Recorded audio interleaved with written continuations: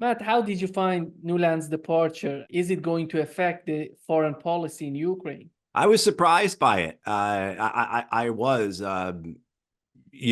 looking back, maybe it's not as surprising. A lot of top officials leave administrations in the last year of that administration. As well as uh, Nuland lost in her fight to become the number two at the State Department. She was defeated by Kurt Campbell, and a lot of people look into that and seeing that, okay, here is a determination that Nuland is more Russia centric, Campbell is more China centric, and this is showing where U.S. foreign policy is going. This is showing where the mindset of the American establishment and empire are. Is we have to, going back to 2012 with Barack Obama famously wanting to pivot to Asia. This is where we need to put our resources. China needs to be our priority. And so Nuland's camp, of which she was one of the heads and certainly one of the most infamous members of that camp, this Russia must be our priority. They lost. And so does her departure, her not getting number two slot at state, as well as whatever went on behind the scenes, does her departure signify that, yes, another Biden term would show more emphasis on China?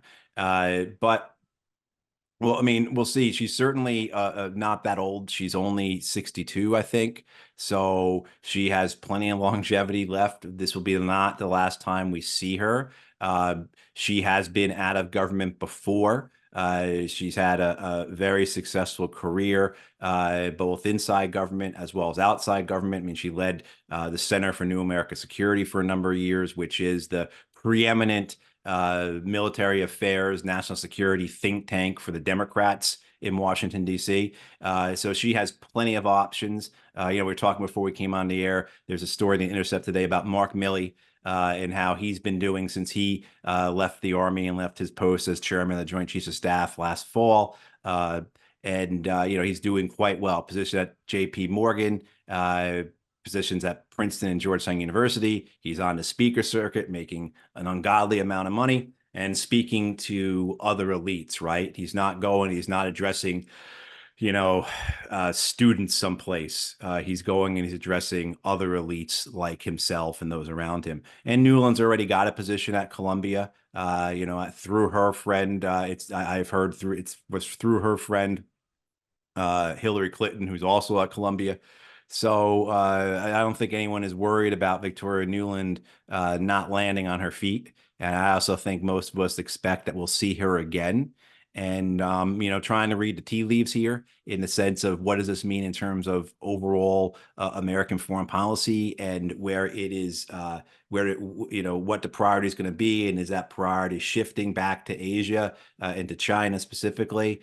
We'll see that played out in the next months, and certainly the election in November will have a big impact on that. Do you think that they forced Nuland to leave her position? Because she was working on Ukraine for more than a decade. It's so bizarre. It's so unbelievable. It's so shocking. Certainly, if we had a government that existed upon with any degree of justice to it, then certainly Nuland would have been fired and more appropriately put on trial for a number of things, including the coup in Ukraine in 2014. But more especially, just the idea of being held accountable for policies that weren't just reckless and weren't just dangerous, but but counterproductive as well. Certainly her policies, and going back now to the Bush administration, the George W. Bush administration, when she was Dick Cheney's deputy chief of staff, and she was very much involved in the push for the Iraq War. And then transitioning into other, positions with the National Security Council and the State Department, where she became more focused on Europe.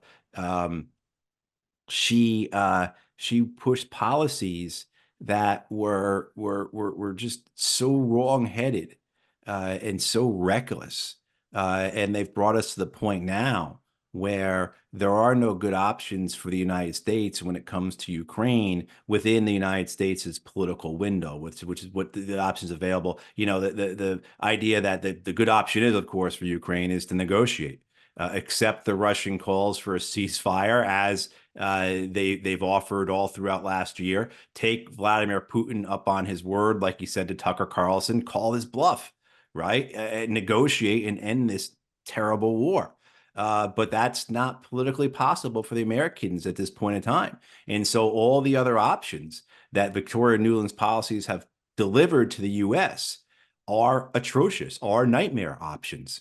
And that's not even what it means for the Ukrainian people themselves, you know, or the Russian families who've lost sons and daughters to this terrible, stupid war as well.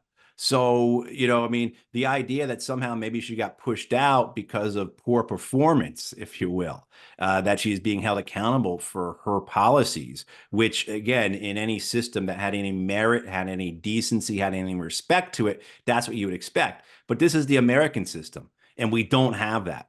There is no justice. There is no accountability, particularly in foreign policy for the United States. You see men and women who have not just promoted policies that were failures, but that were incredibly spectacularly disastrous as well as counterproductive. The idea that, yeah, she was being pushed out because the policy was wrong, I'd love to think that, but everything I know about the American government, about American foreign policy establishment, about the State Department, you know, it was, if anything, if there is any type of major disagreement, it was more of Nuland's hurt feelings at not getting number two, this shift towards a China policy that will ultimately and likely, if it's carried out in the same manner the Russian policies were carried out, will prove to be as equally dangerous, reckless, and ultimately counterproductive as the Russia policies were. You know, I think it's got more to do maybe also with some interpersonal drama that's going on that we're not aware of. A lot of times, you know, people, I think, are always shocked when they see that these figures at the top, these people on Mount Olympus, if you will, right, are people just like you and I.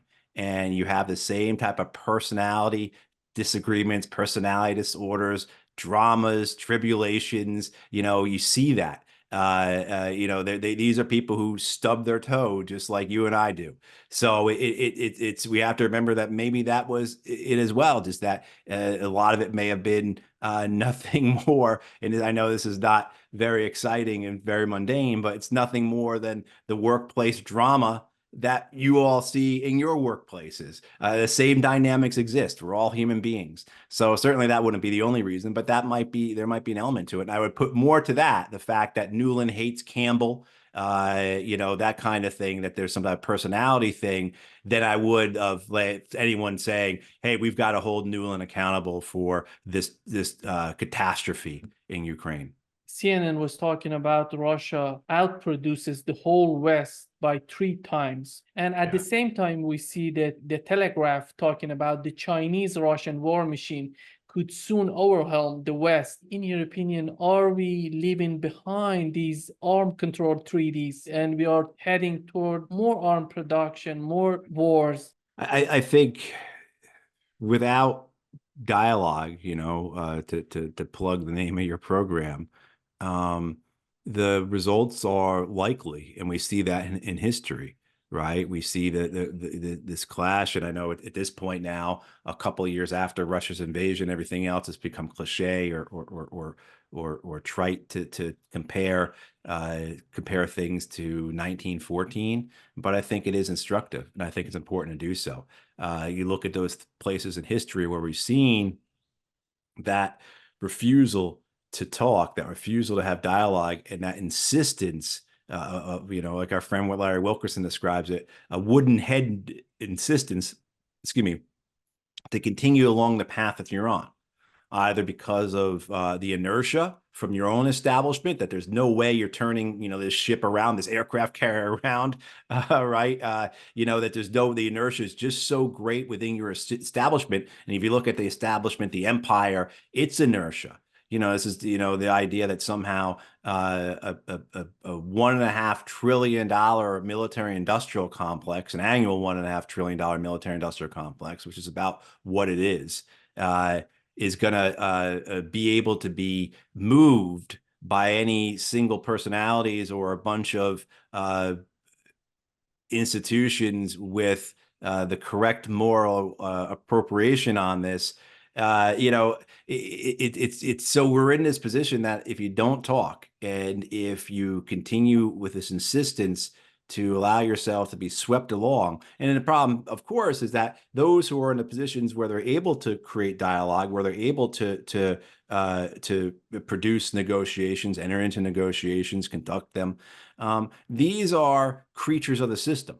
So these are people that you it's the system self-selects who represents it, right? So you and I are not going to be on a position in any, in any part of the American government, any part of the empire, where we talk like this, because it's antithetical to the empire's interests. So, this is something, Noam Chomsky talked about this decades ago.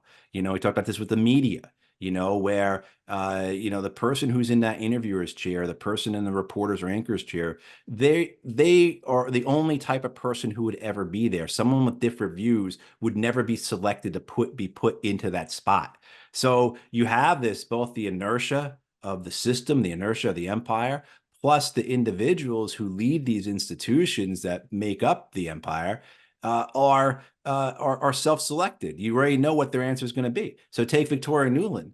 So now that the person who's in charge of political affairs now at the U.S. State Department, which was a position Nuland had, head of political affairs, John Bass, this guy was Strobe Talbot's chief of staff back in the 90s.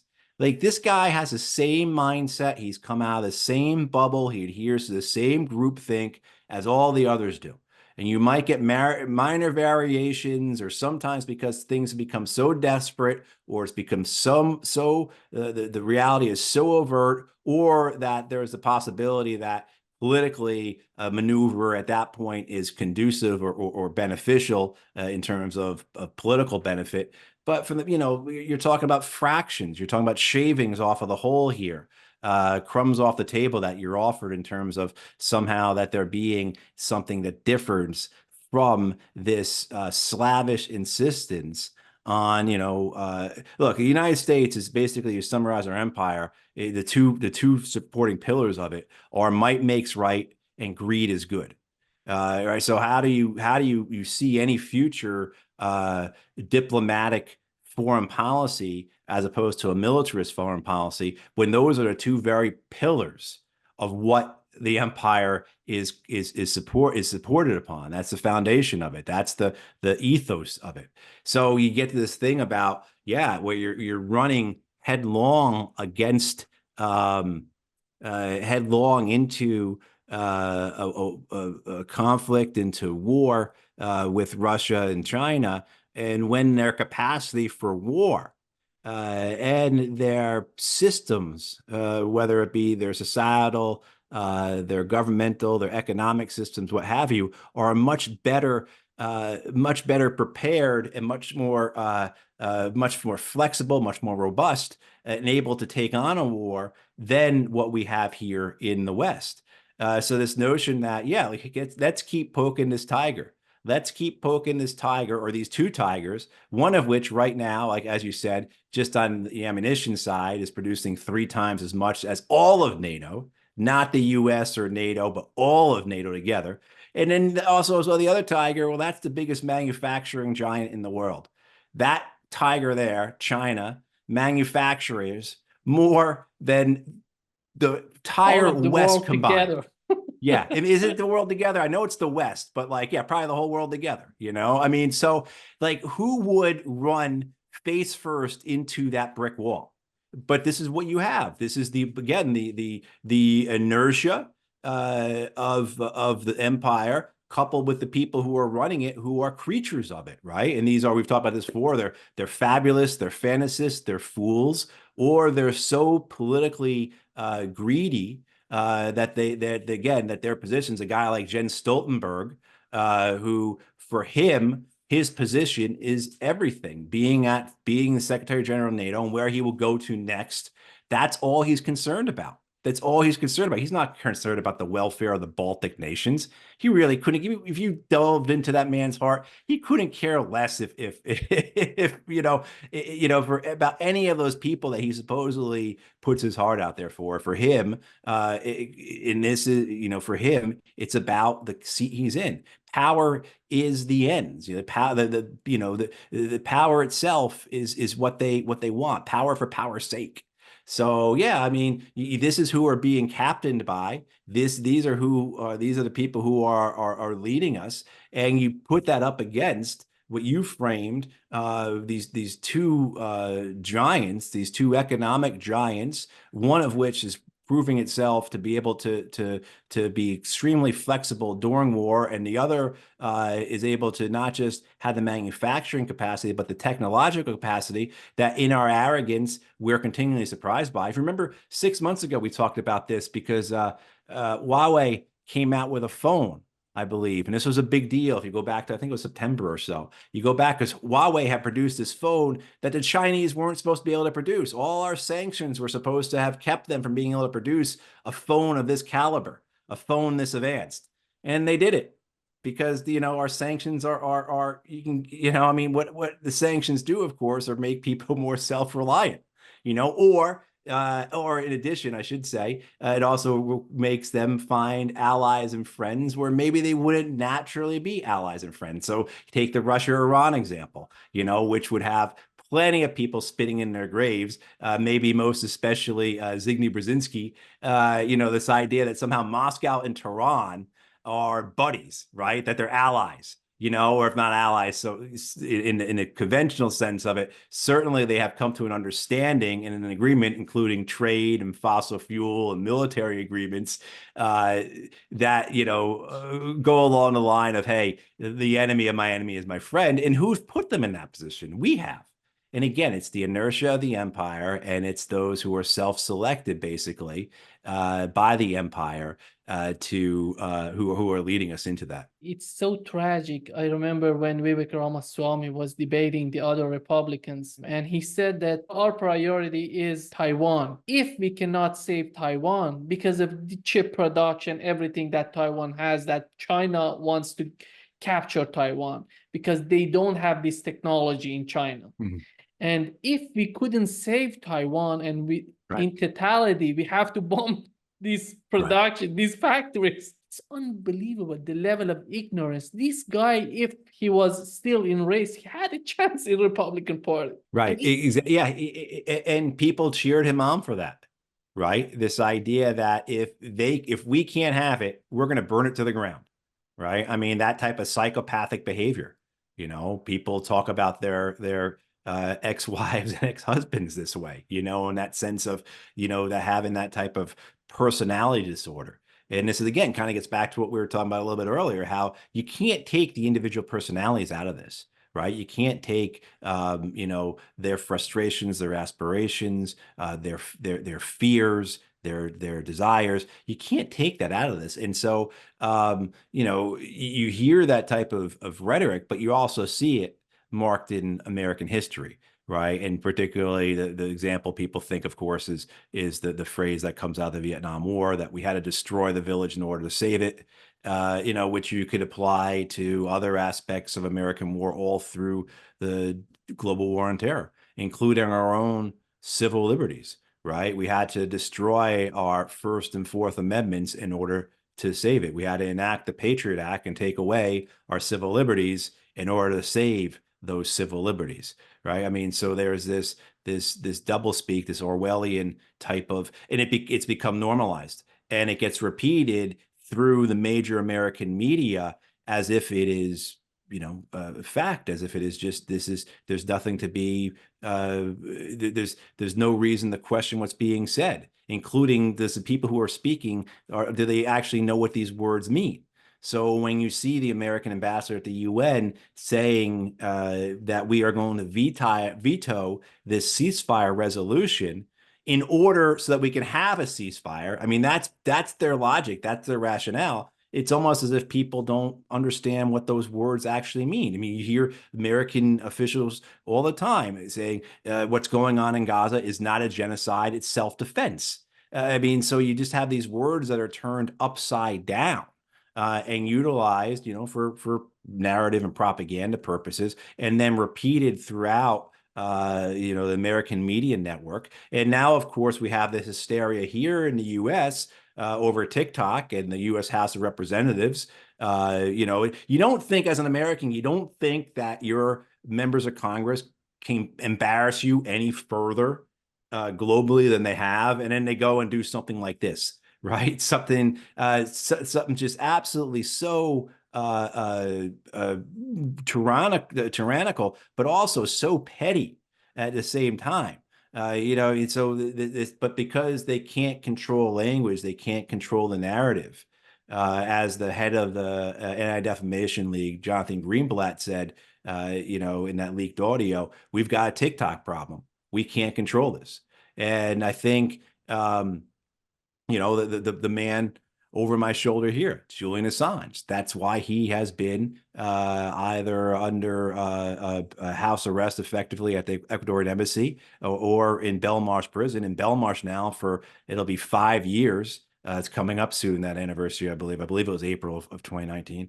And what was the crimes? The crimes were transparency. The crimes were honesty. The crimes were exposing and putting into an honest language, right, into a vernacular, if you will, the doublespeak, the exaggerations and the lies that were offered by the American empire about what it was doing.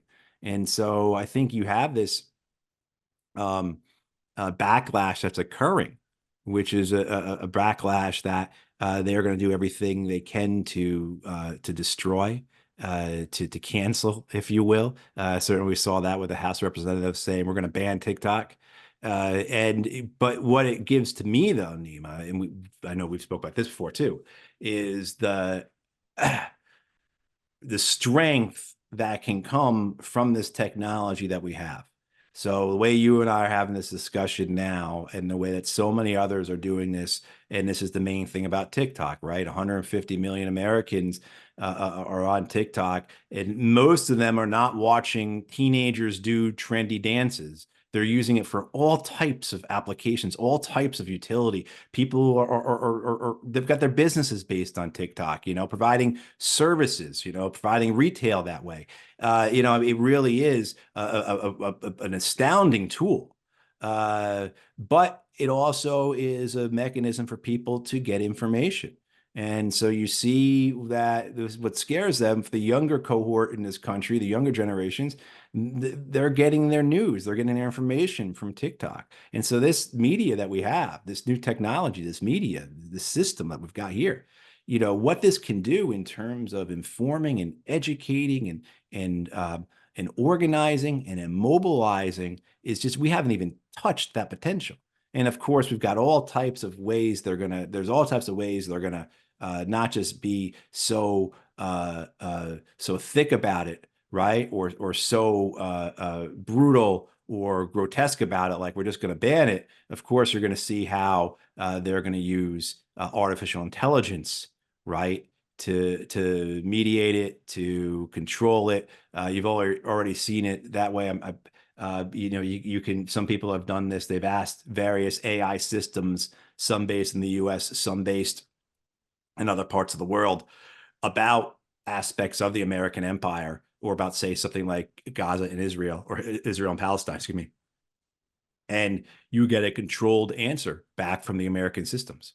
I wouldn't surprise me if you were to ask an American AI system about Palestine, it wouldn't use the word Palestine. So just as American politicians will not say Palestine, the American major media, the corporate media, will not say Palestine. They'll say Palestinians. There's a great clip of the White House press secretary trying to say Palestine without saying Palestine. So she begins to say Palestine, and then she starts stuttering, just like I was, and trying to find her words. and, you know, coming up over this process of stuttering, of saying the people, the Palestinian people, or something like that, to avoid saying the word Palestine. I bet if you were to look at American AI systems, you will find some that will not use the word Palestine. It'll say Palestinians, but it will not refer to the geographic entity or the political entity of Palestine. And of course, you know, that's one of the ways that our systems will be controlled in the future, is using AI like that. And, you know, a long-winded answer, of course, but, you know, this is what gives me hope, is this idea that through this technology we have, through programs like yours, we will have a more educated population. We will have a public that is more in tune with maybe their civic responsibilities and their ability to do things and put pressure on things. And hopefully that will, across a whole breadth of issues, cause some type of change and reform, because where we're headed is very, very dangerous. It's unbelievable how people are repeating themselves in a circle and they don't think that there should be another option out of this circle. Do you see anybody out of this Republican and Democrat getting on the ballot? Is that possible, in your opinion, in the current situation? You know, I mean, you do. You look at this duopoly we have here in the U.S. and this idea that somehow Trump is better than Biden or Biden is better than Trump, and you can find examples where one may meet your needs better than the other. Certainly, you know, Trump comes out the other day and says, "I'm against this ban on TikTok." That's a great thing. I mean, but then when you dig into it and you learn about it, he pushed a ban on TikTok himself, and it's only because he's now friends with a Republican billionaire who owns a 15% stake in the parent company of TikTok, you know, and they had I guess, a conversation about funding his campaign, and now he's against banning TikTok. And this is what I'll always say about Donald Trump, is he was the most malleable president we ever had, and that's not a good thing. Malleable does not mean you're open-minded, right? Malleable does not mean that you're looking to learn, you're looking to educate, you're willing to change your opinion. You're not a, what's that? The definition of a smart person is someone who listens to other people and then changes their mind and is willing to change their mind. That's not Donald Trump. But, you know, are there other options out there? And certainly there are. I mean, there's Jill Stein, the Green Party candidate. The Libertarians will be running a candidate. The Constitution Party will be running a candidate. You know, and then you have independents as well. You know, as well as too, there are other the Party for Socialism and Liberation, Claudia de la Cruz and Karina Garcia. They'll be on the ballot in many states, but not enough to threaten the duopoly, right? Not enough where they're going to win any portion of any vote that's going to cause a disturbance significant enough to change the results of the election. There's all these arguments about Ralph Nader doing it in 2000, which is bogus, because Supreme Court gave that election to George Bush. You can just ignore everything Nader had doing it. Plus, there's all other aspects about how many registered Democratic voters in Florida that year voted for Bush over Gore. I mean, there's all kinds of ways to look at it there. You know, the same thing with Stein in 2016. Stein's votes matter, but if you're going to assign all the Stein votes to Clinton, then you have to assign all of Gary Johnson and Evan McMullen's votes, which were substantially more, to Donald Trump. I mean, like, so the whole thing is silly. But, you know, there's also, I'm leaving out, there are two independent candidates running. You know, Cornel West, who I'm a great admirer of. Whether he gets on any substantial number of state ballots, we'll see. One of the ways here for people who aren't in the U.S., ballot access, getting onto the ballot, is one of the ways that the duopoly controls their power. So they have a number of different things. One, of course, is a political system where money is 99% of it. So they control the money. They get the money from the corporate backers, and that's basically it. But they also do other things such as gerrymandering, where they select the people in power, select who is going to vote for them, right, rather than the people selecting who they're going to vote for, right? So by gerrymandering, by picking who your voters are, by designing your districts in a certain way, you can ensure your party keeps power.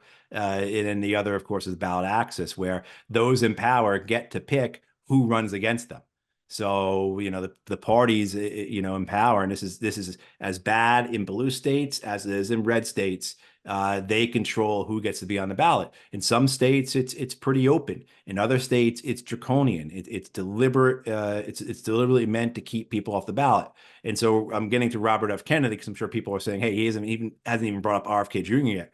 This is RFK Jr.'s biggest hurdle, is getting on the ballot. And this is something I think he was genuinely surprised about. I don't think he had the awareness of this. I know this because I feel that way because of things I've read where he's been asked about ballot access and he has not known about it. Particularly here in North Carolina, where he didn't know how many signatures he needed. And when he was told how many he needed, he was shocked because as an independent candidate, he would need to get 83,000 signatures just here in North Carolina alone to be on the ballot in November. And that would require them collecting probably about 120,000 signatures to be safe. And you're talking at a minimum $5 a signature, probably more at this point. So you're talking a ton of money just to get on the ballot in North Carolina. They've gotten around that. They're running as a party now. And Cornyn West has done the same thing. Both Kennedy and West have created parties. Kennedy is We the People, and West is Justice for All. And that's an attempt to get around some of this ballot access restrictions. But, Kennedy does have a lot of money behind him. He had that PAC that ran that $7 million ad during the Super Bowl. He has a number of very wealthy people behind him. That there are estimates that the amount of money in the super PACs for him is over $50 million. And he has shown that he's able to raise just straightforward raising money from individual donors, that he's able to pull in tens of millions of dollars. So he's certainly in a position as an independent candidate that we haven't seen in the U.S. in 30 years. I mean, we've not seen anyone like Robert Kennedy in the U.S. since Ross Perot. And that's deliberate. That's not an accident, because after Ross Perot, the Democratic and Republican parties said never again. And the most overt thing they did was change the way the debates are set up to make sure that nobody else can be in the debates without the Republican, except for the Republican and Democrat. But the other way was tightening up the ballot access laws. And these ballot access laws, you go back to the history of it, just for people to understand, they've always existed, of course, but where they really pick up speed and really become an arm of the duopoly, like this is an effective tool to keep ourselves in power, is during the 20s, the 30s, and the 40s. And their primary purpose at that point were to keep socialists and communists off the ballot. So that's the genesis of this modern ballot access restriction that we have in this country, that keeps it so that it's very difficult. And by difficult, there's administrative hurdles. There's legal hurdles because they will sue you or you will have to sue them. I mean, I ran a political campaign 2 years ago, if people are familiar with that, where we did everything we needed to do. We got all our signatures by a wide margin, and we went to the State Board of Elections to be certified to be on the ballot, and they lied. They said we had committed fraud and kept us off the ballot. And they had no evidence we had committed fraud because we hadn't committed fraud, but they were just willing to lie. You had the spokesperson for the State Board of Election saying that our campaign, our petitioning, our petitioning collection, our ballot access campaign was a universe of fraud, that we had thousands and thousands of forged signatures, and it's completely untrue. And so we had to sue in federal court. And at the same time, the North Carolina Democratic Party, as well as the Democratic Party in Washington, D.C., Chuck Schumer's outfit, the Democratic Senatorial Campaign Committee, entered into it and sued us. And so we had to go to federal court. We won in federal court. And then we had to go to a federal appeals court. We won in federal appeals court. And at the same time, too, the Democratic State Party here in North Carolina had dropped their lawsuit against us in state court because it was apparent they were going to lose, because, again, everything they were saying was to lie. But that's what they will do. We were fortunate. We were lucky. We had some great resources. We had a couple of great lawyers who were able to help us, but we were in the minority on that. We were the exception. Most independent or third-party campaigns don't have the resources that we did, don't have the luck that we did, don't have the people showing up like we did to defeat the Democratic Senatorial Campaign Committee and the state of North Carolina in federal court. So that's, so there's these legal hurdles. And so Kennedy and West will face that. But then the other thing too is just the money, just how much money it takes to do these types of ballot access campaigns. It keeps people off the ballot because, again, at a minimum, you're going to be spending about $5 per signature. We were able to do it in this state here last year or 2 years ago. I think it was about $2.50 a signature it cost us. And a lot of that was because we actually had a base of people who are already part of the Green Party or who identified as socialists or identified as, progressive independent voters who wanted to see a multi-party system, who wanted to see more parties. So we had something to tap into. But if you're a truly independent candidate with no active base, you don't have those people resources, the human capital to pull from to begin with, you got to pay people to go out there and get the signatures and pay them a lot. And so it is. I know that's a long exposition there, but that shows like kind of what Kennedy is up against. And the reason why he's up against it is because the duopoly fears it. They fear people voting for Kennedy. They fear people voting for Stein. They fear people voting for West.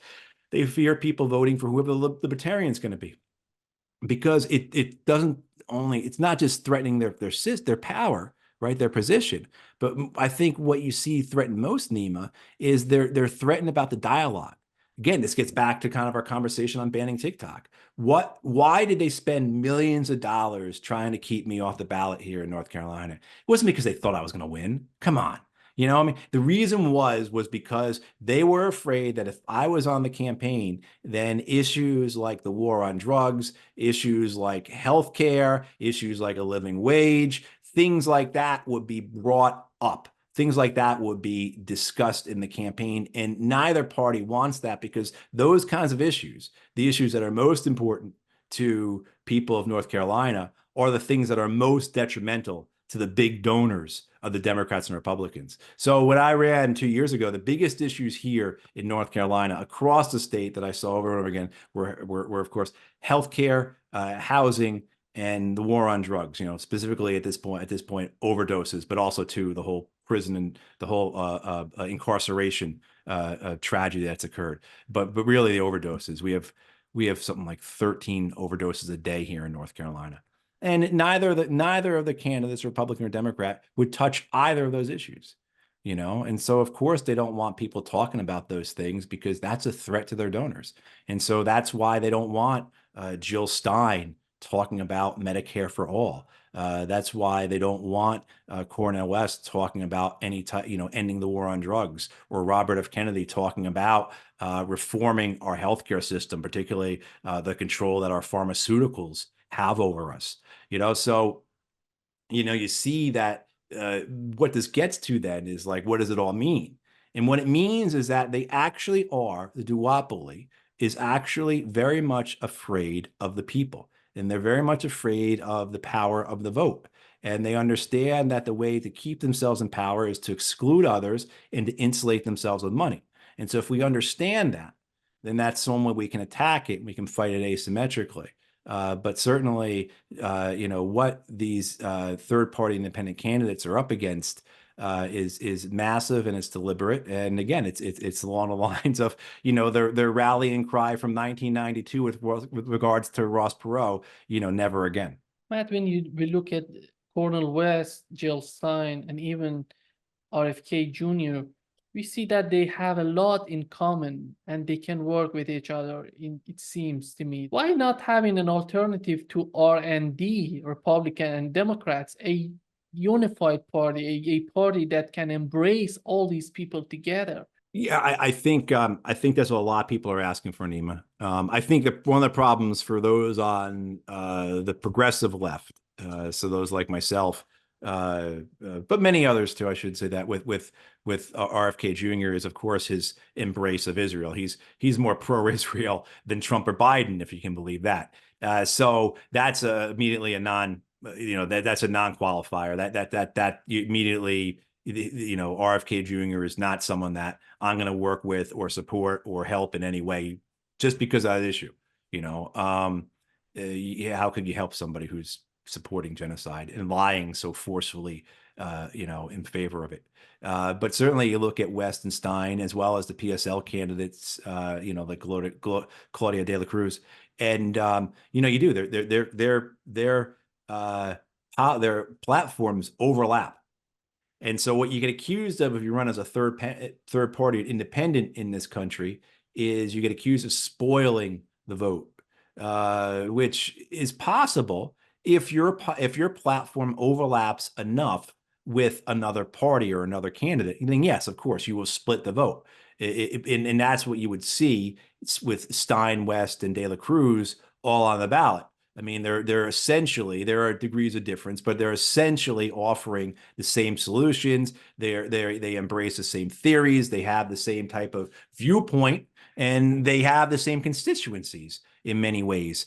So you are splitting the vote in that way. The idea that Jill Stein is somehow going to split the vote with Joe Biden, with Genocide Joe, right, with somebody who said, basically he would veto a Medicare for all if it ever came to his desk. Somehow that, on those major issues of life and death, that somehow she's splitting the vote. I mean, there's much more in common between Trump and Biden than between Biden and Stein. Much more in common. And I would say the same for the Libertarian. Whoever they're going to have run is the Libertarian is going to have much more, much less in common with Trump than Trump has with Biden.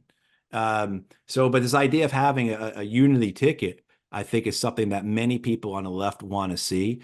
You see the amount of money and effort that Cornel West is going through right now to build a campaign, a party across the country to get ballot access that will, I don't believe there's any intention of Cornel West utilizing that party or that platform past November of 2024. So all this effort expires.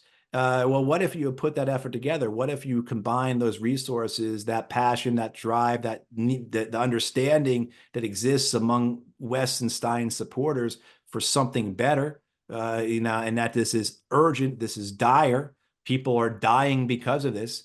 Well, to have that type of unity. And, it gets into why did West, first he was going to run with the People's Party, and that was a catastrophe. Then he was going to run with the Greens, and there was a lot of issues internally between his campaign and the Green Party. So West became independent, went on an independent path, and Stein stepped in to be the third time she's run for the Green Party in 4 years, which I think it tells you a lot about the Green Party. I love Jill and I'm going to vote for her, and I encourage others to do so as well. But, why did Jill have to come out of the bullpen for this? How come there weren't other folks able to step up and do that? But the idea of having a unified party on the left, something that could demonstrate the frustration, the despondency, the anger of people in the United States, working class, lower income, as well as middle class people. Look, 60% of the United States, 60% of people in the United States are living paycheck to paycheck. Half of people who are making over $100,000 a year in the U.S. are living paycheck to paycheck.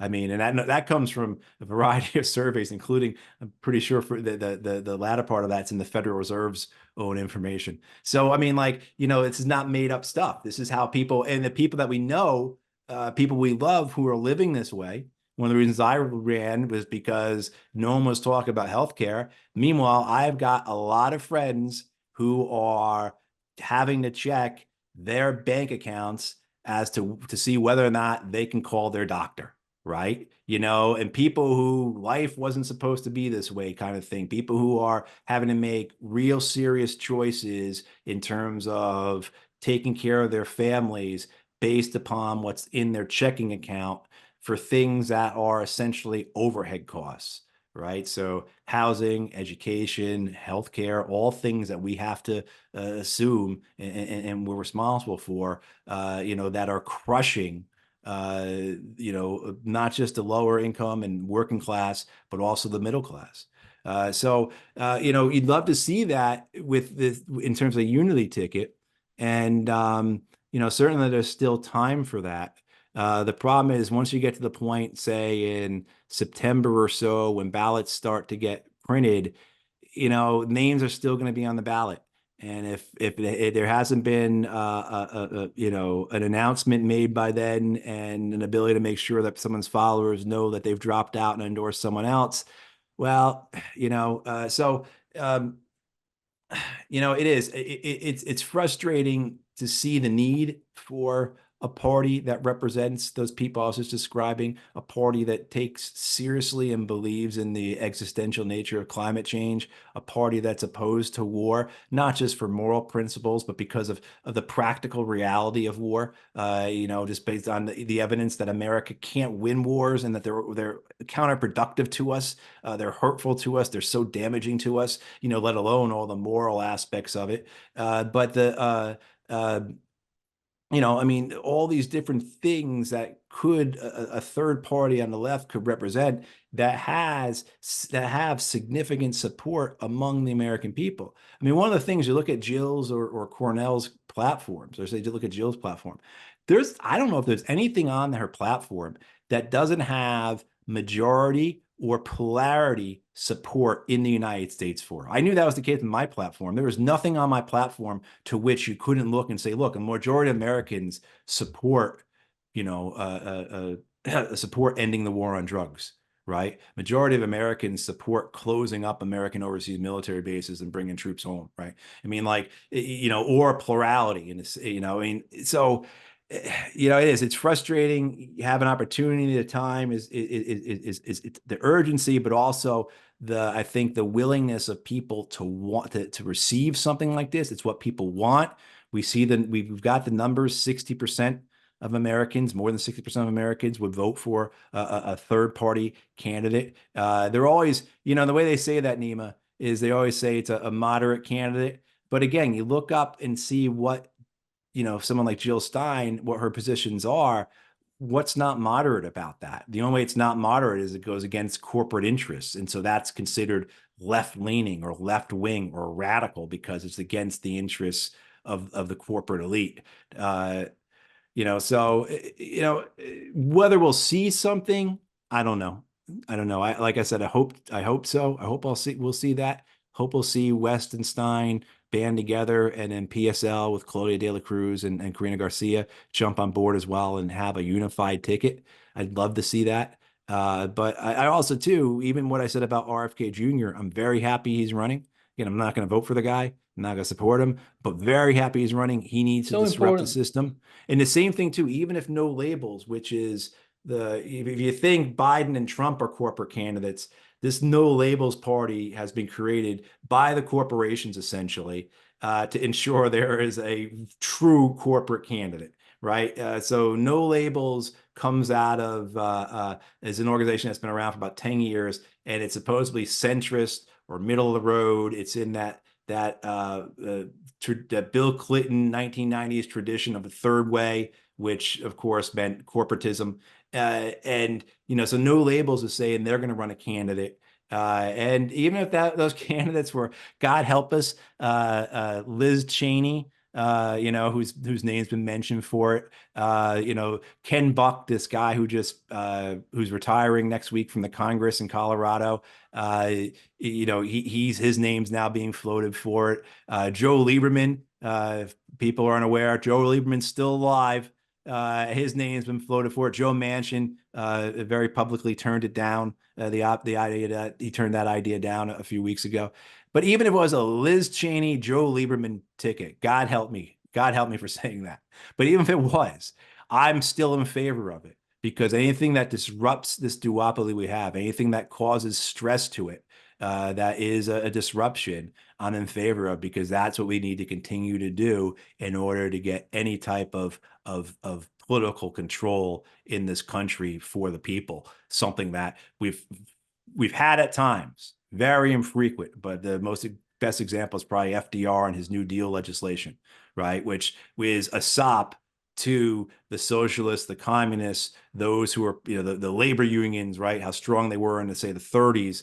FDR's New Deal version, of course, is a watered down version of what they want, but it's the compromise that those on the left were able to get at that time. So there have been times when the people have been represented in the U.S. government, infrequently, but it has happened. And it's because pressure is put onto the system and disruption occurs. And, that's what we get with people like RFK Jr., running with Jill Stein, with Cornel West, with whoever the libertarian is going to be. So the more we can do that, the better. And of course, I'm a person who believes that a multi-party system, multi-party elections, to include then using ranked choice voting or, things like that, eventually getting to proportional representation, are the ways we should be heading in this country. But that is, anathema to the American system. Matt, to wrap up this session, I want to talk about Bernie Sanders. Where does Bernie Sanders fit in this picture? Do you think that he's going to be supporting Democratic Party, Joe Biden, or whoever going to be the official and the final candidate of the Democratic Party, or he's going to support people like Jill Stein, Cornel West, these people who helped him a lot? And we know I had a great chance of winning in those days. But how do you see him right now? Sanders isn't gonna support whoever the Democratic nominee is going to be, and I'm in the camp that believes that Biden's going to drop out, and that the DNC will pick somebody to run, and that he'll drop out. Who knows? I mean, between both Biden and Trump now have enough delegates to be their party's nominees, and I think that was in my idea the purpose of Biden running, beside his own interest, besides that's who he is the figurehead for the section that runs the Democrats right now that come out of the Clinton camp. He's part of that. So of course they would want him to run and everything else, but as we've seen, his cognitive abilities, they're not there. They're not there. He should not be president, and I think that's recognized. And I think the issue with Gaza made it all the worse. And so I think this idea that Biden shepherds the party through the primaries, this makes it so that there's no one else who can have a claim at all to being the nominee except for Joe Biden. And I think that was very important for the DNC, because this way it allows them, if Biden drops out, to hand select. They don't want to leave it. They didn't want to have an open primary where they'd have to do the same things they did to Sanders in both 2016 and 2020, what was rigged. They just as soon not have to go through that and just hand pick somebody, right? So even less democratic than they were before, right? Not democratic at all. But the idea, though, is that now Biden takes on the chin about Gaza, and so that whoever the Democrats run, then that was the old guy. That was the previous guy. And my thought is that they'll take someone like Gavin Newsom or JD Pritzker, JB Pritzker, governors who don't have any connection to foreign policy, and who say that they're focused on domestic issues, right? And kind of cut off this genocide as well as the catastrophe in Ukraine and leave that on the old team, right? And I think that's where it's going. I think Sanders will endorse whoever it is, even if it's something as undemocratic, even as it's something that just reeks of 19th century cigar smoked back rooms. Sanders has shown who he is. I mean, they rigged their primaries against him twice, and he stayed loyal to them. And the same thing too. You'll see that with AOC. You'll see that with other members of the squad. I don't even think Rashida Tlaib will break ranks if she hasn't done so already. I think the most you'll get out of Rashida Tlaib and other Democrats is what they did, which was worthy and very beneficial with their, particularly in Michigan, but we had it too in North Carolina. We had almost 13% of people in the Democratic primary vote uncommitted. We call it no preference here. But in particular, that's really pretty good for a movement that was quickly put together without resources. you know, and Michigan got 15%. Minnesota got 20%, I believe. Other states around 10%. So to show that people came out to vote purposely against Joe Biden in the primary, to make that time, make that effort, that means a lot. But I think that's the extent of what of the limit of what you'll see in the pulling away. And a lot of it's because of self-preservation. You know, these other parties do not have the resources to allow for people to be elected. Money drives our political system. If you don't have the money, you are not going to win. You could, sure, there are times you can point to where someone who spent less money defeated someone who spent more money. There's all kinds of examples like that. But those are the exceptions, right? Those are the exceptions to the rule. If you enter into a congressional contest and you don't have any money behind you, you are not going to get anywhere. How are you going to let 750,000 people in your congressional district, how are you going to let them know you even exist? And in the case of someone like, say, Rashida Tlaib, she leaves the Democratic Party, the amount of money she's going to be able to raise outside of Democratic Party is a fraction of what she can raise within the Democratic Party. So they stay loyal to the party because they feel that that's the only way for them to keep their power. And so even those that we can describe as the best, we've seen that they have their limits in terms of where their principles will run up against the harsh realities of political survival.